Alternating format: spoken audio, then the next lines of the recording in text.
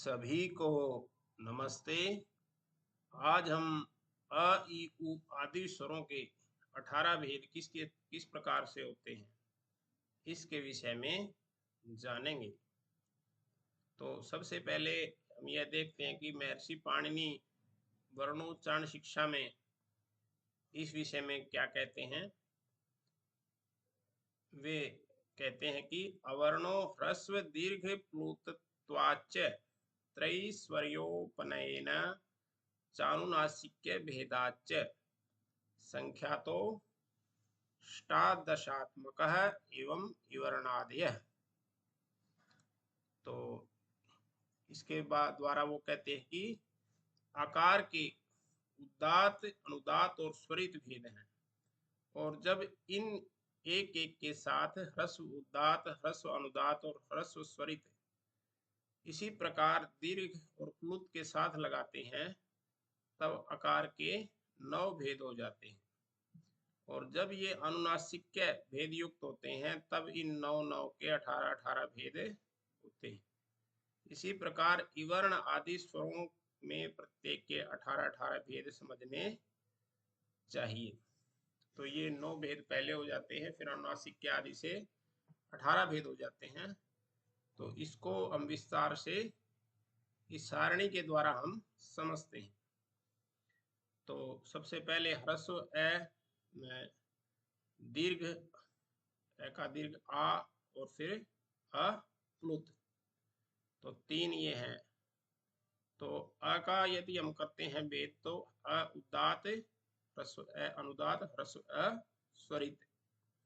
फिर आ के भी इसी प्रकार 3 भेद हो जाएंगे, आ उदात्त आ अनुदात्त और आ स्वरित।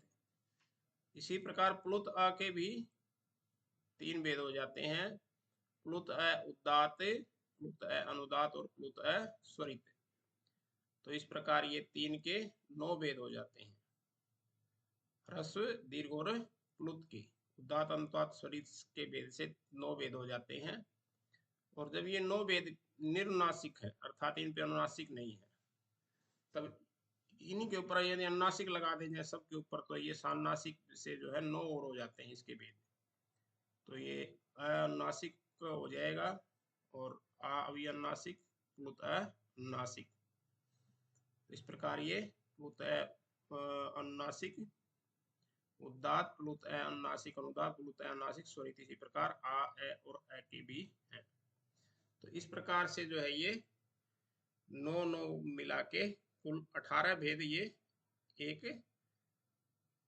आ के हो जाते हैं, अर्थात अवर्ण से आ और प्लुत तीनों का ग्रहण हो जाता है। तो अब पाणिनि जी इस विषय में और क्या बताते हैं हमको। ली वर्णस्य दीर्घा न संति, अर्थात ली कार के दीर्घ भेद नहीं होते। तो जो दीर्घ भेद हैं वो बीच वाले जो है वो नहीं रहेंगे इस वर्ण के। तो फिर कहते हैं तम द्वादश प्रभेदम आचक्षते, इसीलिए लिकार को 12 भेद युक्त कहते हैं, क्योंकि दीर्घ के सानुनासिक उदात्त सानुनासिक अनुदात्त सानुनासिक स्वरित और निर्नासिक उदात्त निर्नासिक अनुदात्त निर्नासिक स्वरित जब 6 भेद निकल जाते हैं 18 में से, तो 12 शेष रहते हैं। इसी प्रकार संधि अक्षरों के बारे में वे कहते हैं संधि अक्षराणाम ह्रस्वा न संति। संधि अक्षर अर्थात जो ए आई ओ औ